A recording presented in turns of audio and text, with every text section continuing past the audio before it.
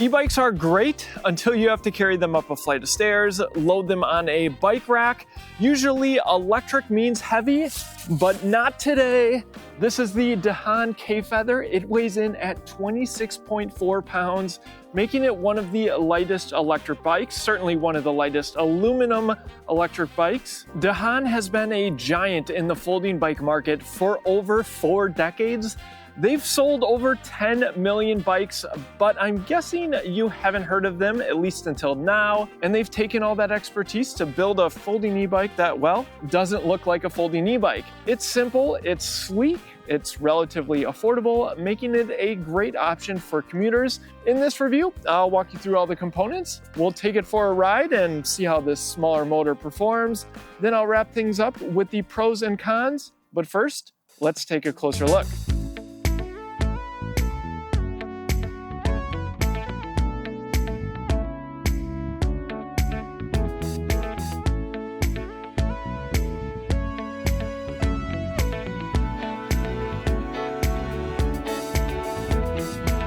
The biggest selling points, of course, is the weight at 26.4 pounds. That means pretty much anyone can pick this bike up. And yes, of course, it's compact. I'll fold it towards the end of the walk around. The Dahon K-Feather comes in at $12.99. You can check up-to-date pricing down in the description. Although it's a small e-bike, it still accommodates a wide variety of riders. I'm 6 feet tall with a 32-inch inseam, and I can still get full leg extension. The seat goes much further down though. Here's the maximum insertion point. And yes, I had the handlebars raised all the way, but you can put those down as well. It has a 231-pound capacity, and the bike is IPX5 rated.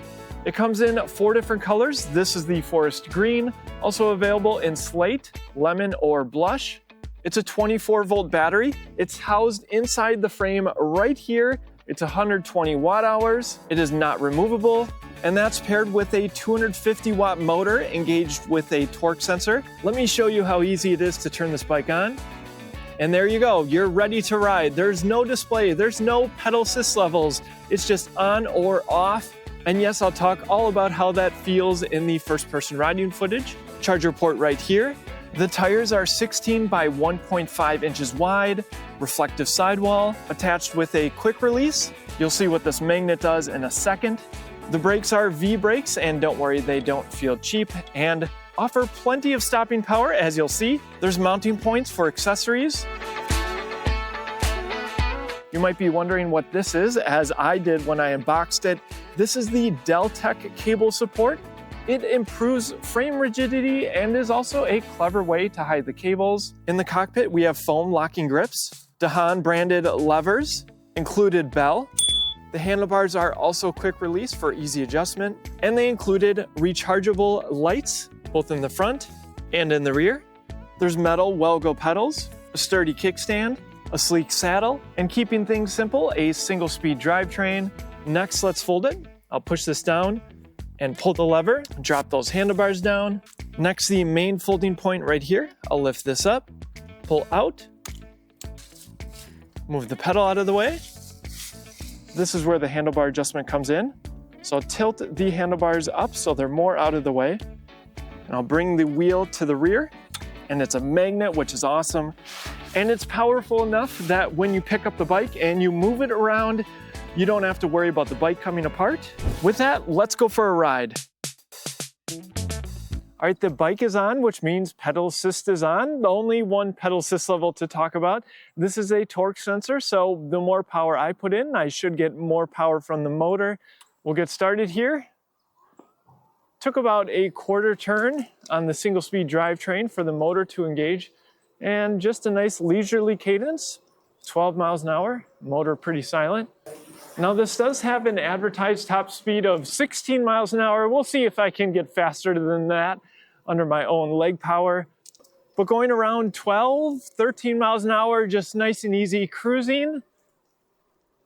Cadence feels pretty good. All right, a little bit more power from my legs.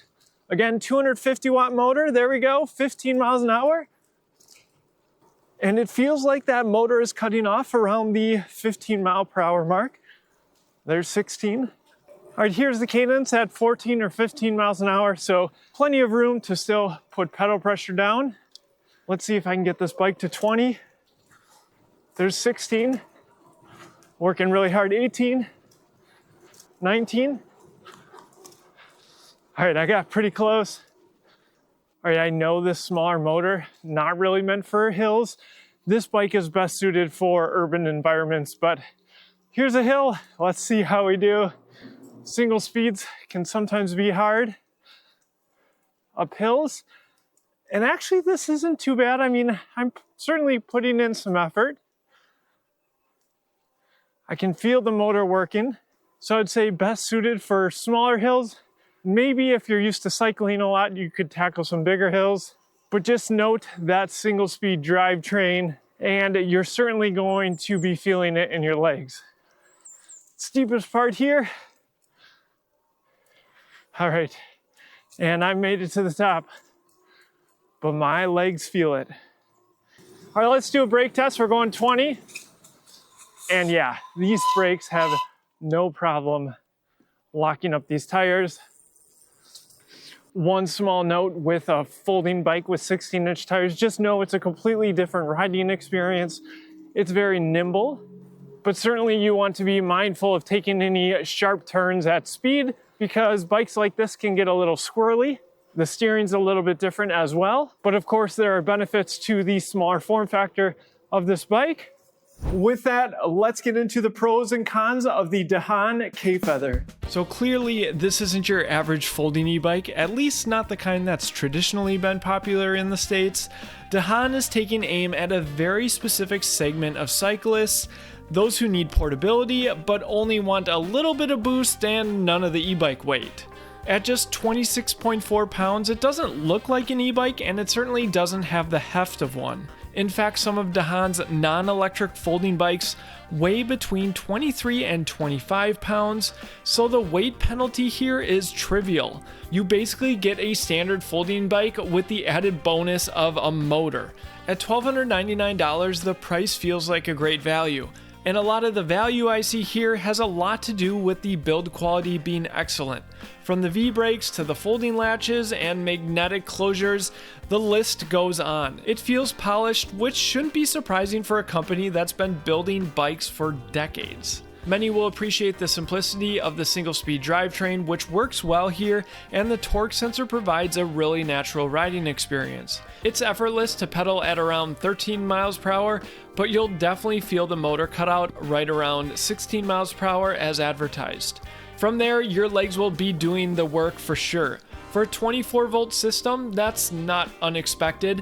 That lower top speed also helps stretch the range, so you have that assist for longer.